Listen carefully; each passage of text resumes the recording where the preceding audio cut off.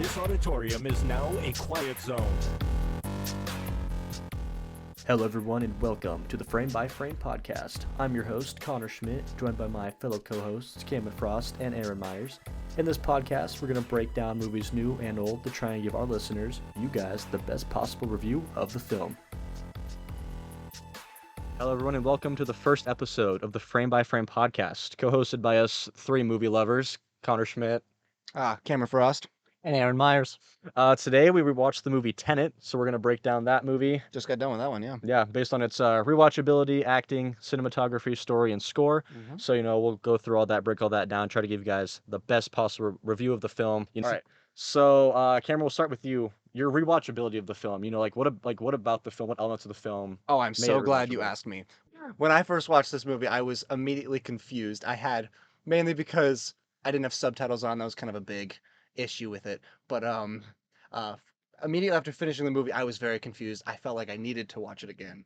And I watched it the second time, and I would say my understanding, just because of how confusing the movie is, my understanding excelled. And I would say, honestly, the more you watch this movie, I would say the better it gets. My personal opinion. I don't know how you guys feel. I would agree with the more you watch it, the better it gets. But I don't agree with absolutely needing to rewatch it. It does get better with rewatches, Mhm. but it's good on its own. It just is confusing. Yeah. I do agree. Subtitles are needed. Christopher Nolan and that music, it takes over. cool. It takes over. And some of those scenes, they're talking through masks and shit. You can't hear anything. Oh, Am I supposed to cuss? Oh, we don't. That's fine. Doesn't Okay, matter. so- Would it be good to give a rundown of? Is this a spoiler-free? Oh, review, or- definitely not. No. Okay, okay. Yeah, I mean, Okay, I cool. find it hard to break down a movie without spoiling it. So Yeah. Right.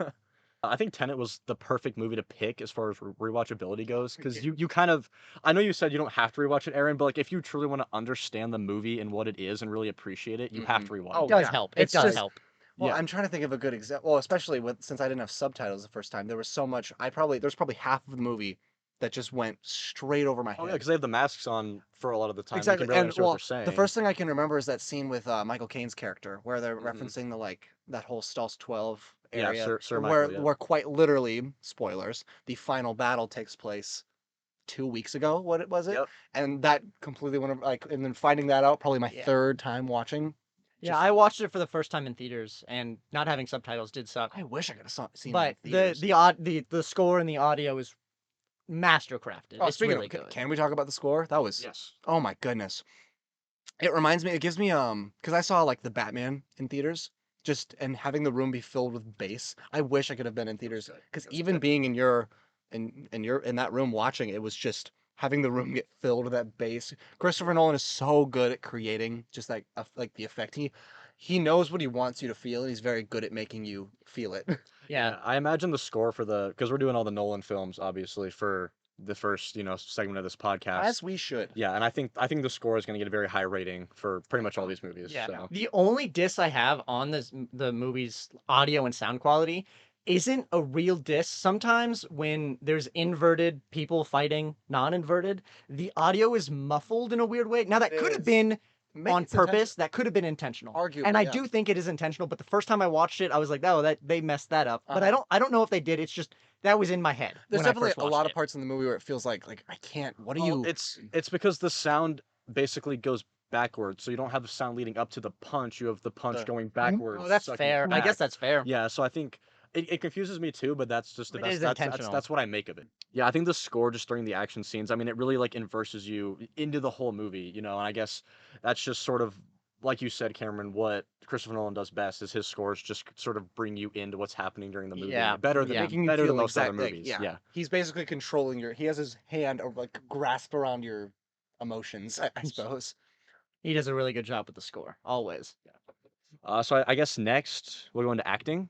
Oh, of So course. sort of acting, casting, however one Acting- did. In my opinion, acting and casting may be the weakest. Not saying it's bad, but that's definitely the weakest part of it out of everything out of the grading scale, I would say. I wouldn't say there's a lot of B-list actors, but it's more like acting and casting itself feels like the weaker part of this movie, I guess. That's what I've kind of noticed. I don't know.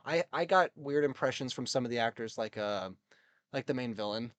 Like I feel like you could Andre. That's Andre? Mm-hmm. I feel like he definitely could have been a different guy. He's intimidating and he has that good energy, but I also think it's not just because he's short. But When we get into acting, I think all the actors that they had did a really good job. true. They did the parts that they were hired to do. There could have been better people out there, possibly. I'm happy with what we got But though. I would really say that like Robert Pattinson, obviously, I think he did the best job. He was my favorite in this movie. Oh yeah, and I think he's honestly probably the only A-list A-list. actor besides Michael Caine, obviously. Michael 'cause- Caine, and then Yeah, and I mean, John David Washington wasn't even really mainstream before this movie. This movie No, kind of put him on the map and oh, put him in yeah, it bigger did. roles. protagonist, yeah. Yeah, and same thing with Kenneth Branagh. He plays Andre in the movie.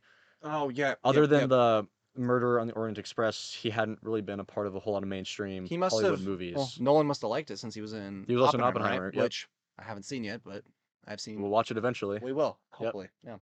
As far as the cast did, I think they all interacted with each other very well. They had very good chemistry. It did. Yeah.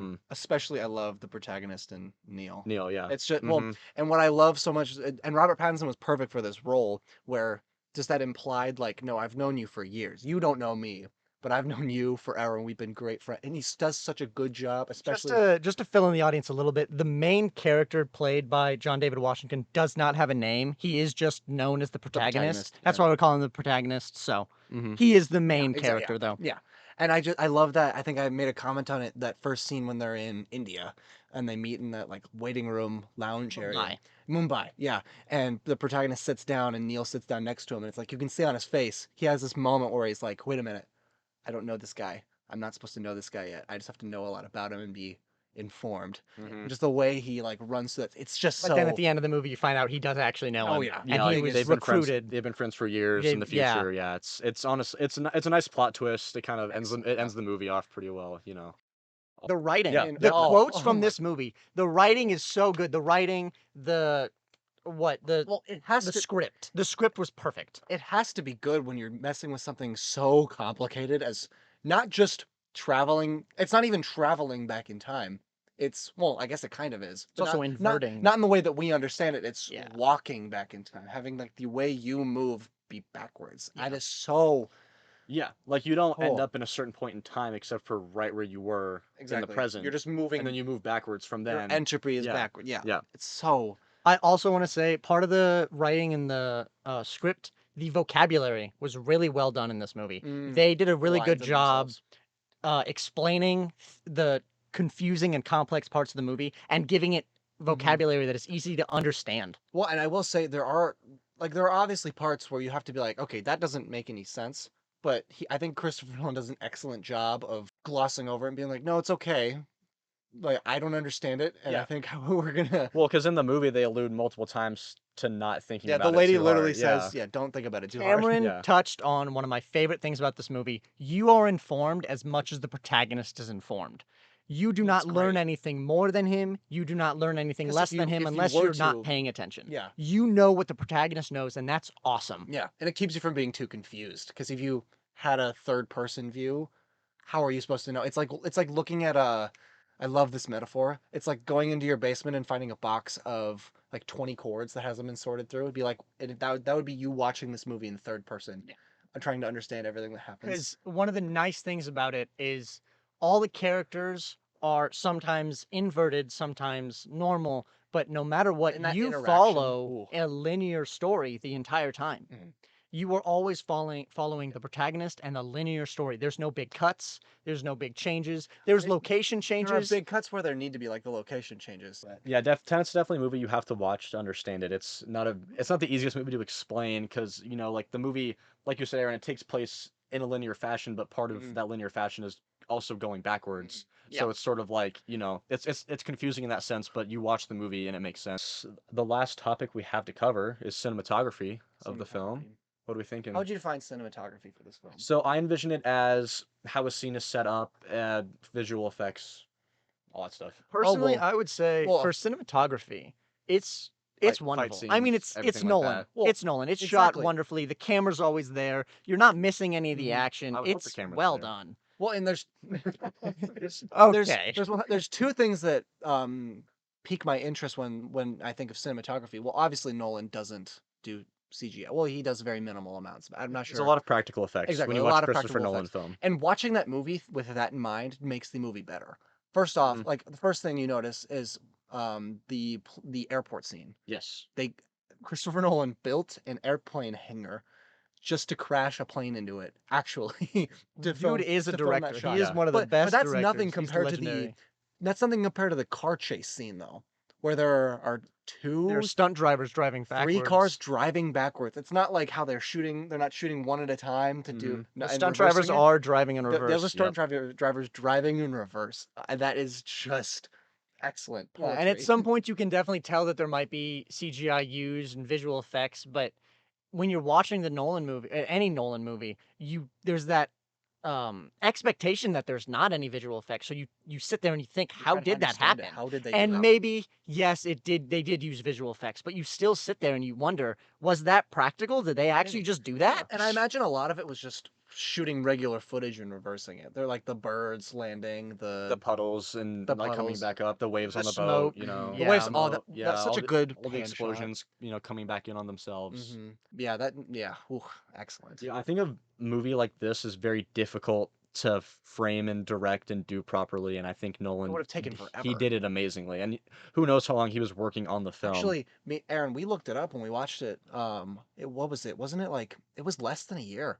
Really? To It was actually, yes. like I imagine the writing took probably years. Probably. but production was I think Like less a than little a year. yeah. I want to say it didn't apparently didn't take very long, which is very impressive I considering mean, there everything that it aren't many accomplishes. like necessary CGI moments in the film, and that does take up a lot of the production time for most movies. Mhm. So I That's imagine, true. Good I imagine, point. I imagine Like it was, like post production. yeah, like I imagine it was a lot of just acting and editing scenes, you know.